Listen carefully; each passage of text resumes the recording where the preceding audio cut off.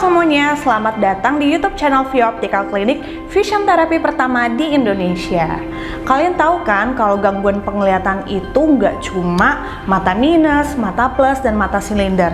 Ternyata ada juga yang namanya mata malas. Apakah mata malas itu artinya malas-malasan?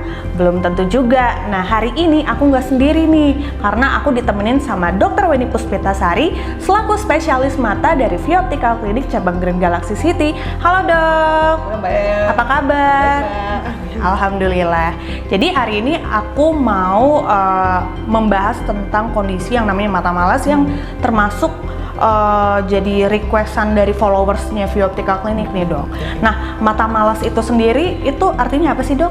Ya, jadi mata malas ini merupakan suatu kelainan di mana fungsi mata untuk melihat itu turun gitu. Padahal tidak ada yang terjadi di dalam matanya. Jadi semua anatominya baik-baik saja, tetapi terjadi penurunan fungsi mata. Jadi seperti itu teman-teman, kalau mata malas bukan mata yang malas-malasan, tapi adanya penurunan fungsi penglihatan. Nah, kalau berbicara mengenai penyebab, nah itu kenapa sih seseorang bisa mengalami mata malas dok? Ya, jadi kenapa sih orang bisa fungsi penglihatannya menurun padahal organ bola matanya tuh baik-baik aja. Jadi memang pertama bisa karena kelainan refraksi ya. Jadi matanya ini dua-duanya memiliki mata yang minus tinggi, tetapi tidak dikoreksi dalam waktu yang cukup cepat gitu. Akibatnya karena matanya sudah minus dalam jangka waktu yang cukup lama, jadi dia tidak mendapatkan input yang baik. Akhirnya lama-lama fungsi penglihatannya jadi turun. Itu yang pertama.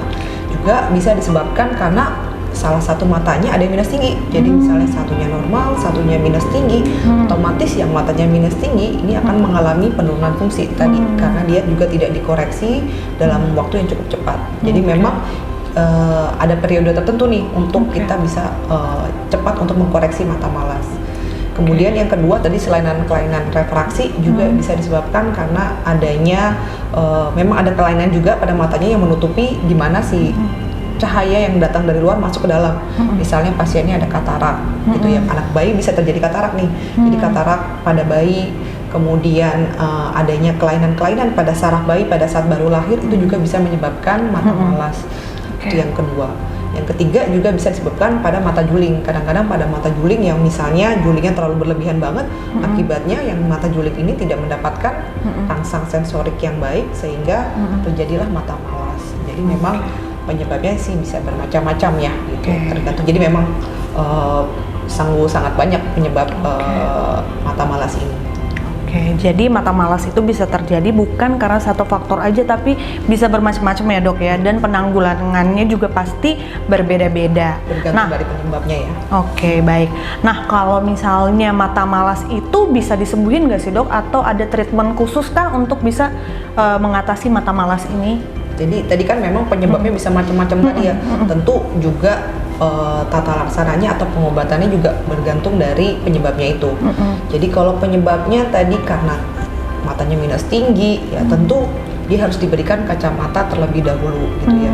Tujuannya tadi supaya dia mendapat input atau sensorik yang bagus gitu. Jadi tetap sampai usia tertentu, jadi ada namanya golden period atau periode emas, di mana pada sampai usia 8 tahun itu kalau kita diagnosis anak dengan mata malas harus diberikan penglihatan terbaik, baik itu menggunakan kacamata, entah itu lensa kontak, pokoknya pasien anak ini harus mendapatkan penglihatan terbaik, harus mendapatkan koreksi maksimal gitu ya. Kalau pasiennya misalnya ada kelainan kataraknya atau kelopak matanya turun, ya tentu itu juga harus diperbaiki. Jadi kataraknya dioperasi, kemudian kelopak matanya itu dioperasi juga, diangkat kelopak matanya, maka untuk memperbaiki tadi, untuk supaya penglihatannya kembali pulih gitu. Jadi kita optimalkan.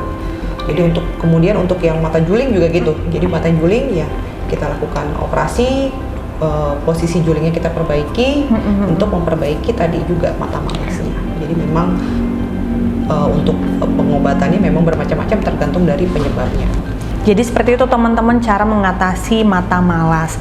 Nah, kira-kira ada nggak sih dok tips-tips untuk supaya kita tuh terhindar dari kondisi mata malas ini?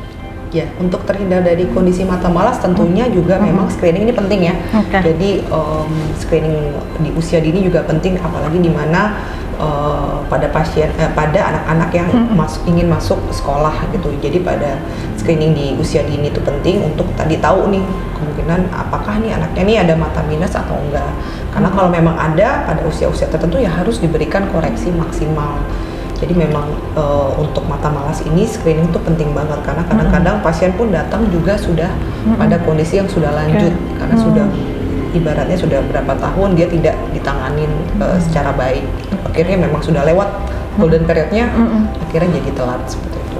Nah, untuk gejala mata malas itu sendiri seperti apa sih dok? Atau mungkin kita bisa menilai dari penampilan luarnya si pasien, wah ternyata dengan kondisi penampilan mata pasien seperti ini dia terkena mata malas. Ada nggak sih dok?